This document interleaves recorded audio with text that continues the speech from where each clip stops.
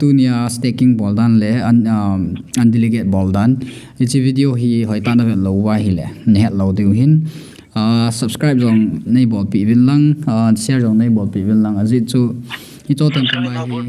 for more video hi cho tem tema hi no hon jong knowledge na nei wa no nakibol theina di wa chu kan bol hi bo we piti kola stack bol de ham ai lo le unstack bol de ham ti hi call updated om tan na extra khat we cha hi update la hen adinga wale na khun lut ta tai zo chu wale na khun ta ka loi pa hi chi hi ipti example kan man hun de hin updated um ta ji chun browser la hu thalu ta bai browser la na lu diu call daw stack call daw.org na me diu hi tai hungum de hin na lo wa align ni khu me ta bai cha hi tai di option hong ki pe de staking hi na me diu he staking me ta staking hi na me diu hi chi hi call staking amount ho min chu ho BTC na stake BTC apa hi tan chu max a khu 0 sangit khu minus bol dot cut dot 1 bol ta 2 call bol 2.1 2.1 bol ta tu chun nu ya cho confirm bol ta head touch confirm chi hi hin na chi hi staking bol dan hin aji chu masanga chu bai hin to hi loi ti ho hi tan na a process ne kha ki khel tan Metamask update ni tan cha chu ki at chai chan da lo wai le ne het thelo de transaction hi complete hi te x bol ta bai x bol ta hi chi hi tan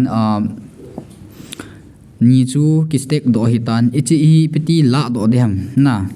staking hi la do dem elo le vet dem status tile tol hi ta to su tol hin noi langa active stake call khu tu call cho hi chi piti la do dem ti le scroll down by su tol to scroll up tol to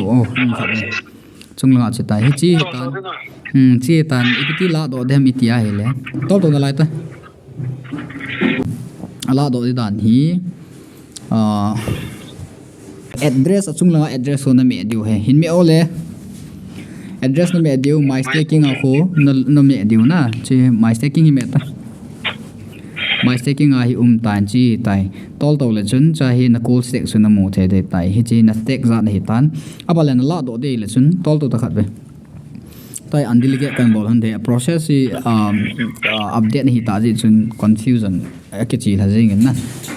an tol to heu ta neu kha tol to na lai ta tol to ta hi chi hin kana stake no hun so jaw stake no hin cha hi non delegate diu le dot thu mi na me diu right ya hin dot thu mi me ta chi un-delegate ko khu me ta un-delegate bol lang max bol ta bai tu chun confirm un-delegate bol jing ta chi hin na a process sidan chu khalve na stake do pha le chun chi chung langa address su na mi aba hi le chi chu my staking ki mu ma sa chu be hin to hi tham khat changes he tan na chi YouTube ma ka hol jang la ka mu lo he wala na chun lu na cha hin ho ding gel na za la chu ko loi pa ku lai kon ki chip man he to hi ma hin ke hi $20 na $20 man AP gun hin phalam lo headline hop gun hin na angkul hi adai lo ai tai ama hin pila chi chu hi chan chu hin tin tunia staking boldan le un-delegate boldan chan chu hi jeng no ka ki pe